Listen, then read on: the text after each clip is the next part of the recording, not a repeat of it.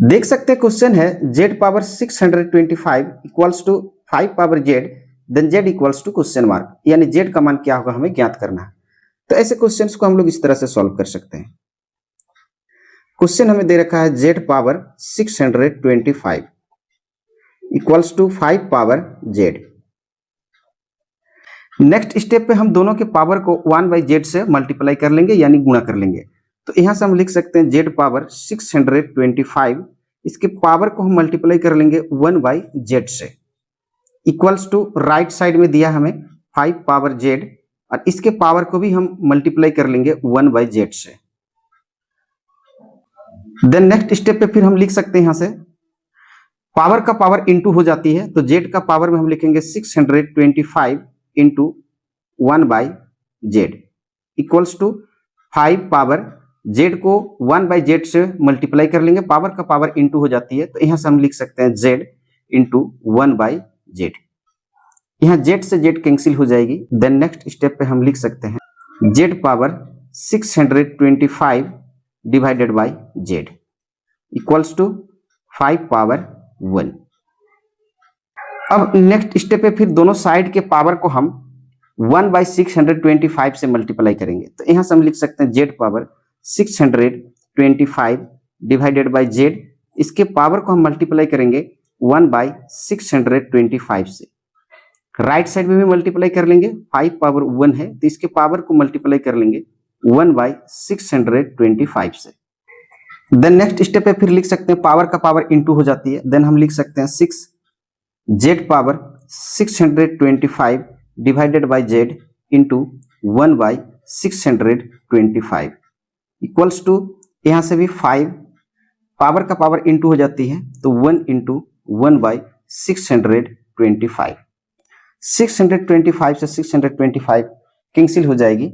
Then next step पे हम लिख सकते हैं z power 1/z equals to, यहां से लिख सकते हैं 5 पावर में 1 के लिए हम लिख सकते हैं 5/5 इंटू 1/625। चूंकि हम जानते हैं कि अगर 5/5 करके हम कैंसिल कर दें तो यहां से 1 निकल के आ जाएगी। देन नेक्स्ट स्टेप पे फिर लिख सकते हैं हम z का पावर 1/z इक्वल्स टू, ये 5 को हम अंदर ले लेंगे तो 5 का पावर 5 को अंदर लेंगे तो यहां से लिख सकते हैं हम 1/5, 5 अंदर आ गई तो 1/5 होगी इंटू 1/625।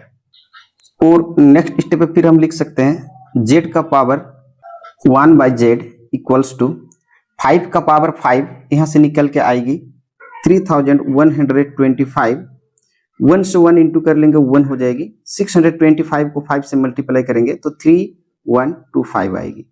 यहां से आप देख सकते हैं कि z के लिए हमारे पास 3125 है और 1/z के लिए 1/3125 है।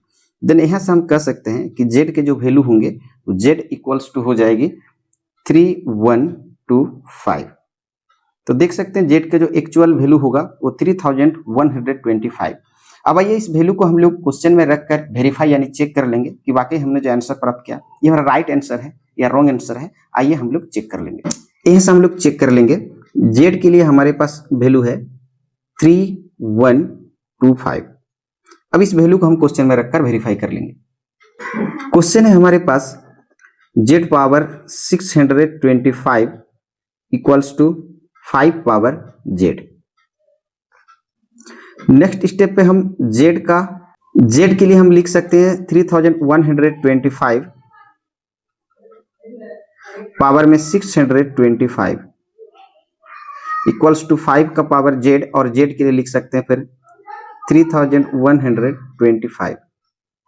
नेक्स्ट स्टेप पे फिर हम यहां से लिख सकते हैं 3125 का पावर में लिखेंगे 625 इक्वल्स टू, यहां से लिख सकते हैं 5 के पावर 3125 को हम ब्रेक कर सकते हैं 5 इंटू 625 में। देन नेक्स्ट स्टेप पे फिर हम लिख सकते हैं यहां से 3125 पावर में 625 इक्वल्स टू, यहां से फिर लिख सकते हैं हम 5 का power 5 whole power 625। Next step पे फिर हम लिख सकते हैं 3125 पावर में 625 इक्वल्स 5 का पावर 5 3125 हो जाएगी और उसका पावर है 625। नेक्स्ट स्टेप पे फिर हम यहां से लिख सकते हैं 3125 पावर में है 625, इसके पावर को हम मल्टीप्लाई कर लेंगे 1/625 इक्वल्स टू यहां से भी लिख सकते हैं 3125 पावर है 625, इसके पावर को भी हम मल्टीप्लाई कर लेंगे 1/625 से। देन नेक्स्ट स्टेप पे फिर हम लिख सकते हैं 3125 पावर का पावर इंटू हो जाती है तो 625 इंटू 1/625 इक्वल्स टू 3125 पावर का पावर इंटू हो जाएगी तो 625 इंटू 1/625। यहाँ से 625 से 625 कैंसिल हो जाएगी, यहाँ से ये कैंसिल हो जाएगी। द नेक्स्ट स्टेप पे हम कह सकते हैं 3125 पावर 1 इक्वल्स टू यहाँ से 3125 पावर 1, और नेक्स्ट स्टेप पे हम कह सकते हैं 3125 का पावर 1 यानी 3125 इक्वल्स टू 3125। देख सकते हैं दोनों पार्ट इक्वल हो गए, तो यहाँ से हम कह सकते हैं कि LHS इक्वल्स टू RHS। दोनों और बराबर होने का मतलब हम कह सकते हैं कि हमने जो Z के लिए वैल्यू प्राप्त किया था Z इक्वल्स टू 3125, ये हमारा करेक्ट आंसर है। और हम यहाँ से कह सकते हैं कि हमने जो है वेरीफाई कर लिया। आशा करता हूं वीडियो देखकर आप ऐसे क्वेश्चंस को सॉल्व करना सीख गए होंगे। वीडियो देखने के लिए बहुत बहुत धन्यवाद। हम लोग फिर मिलेंगे एक नए वीडियो में एक नए क्वेश्चंस के साथ। तब तक के लिए जय हिंद, जय भारत।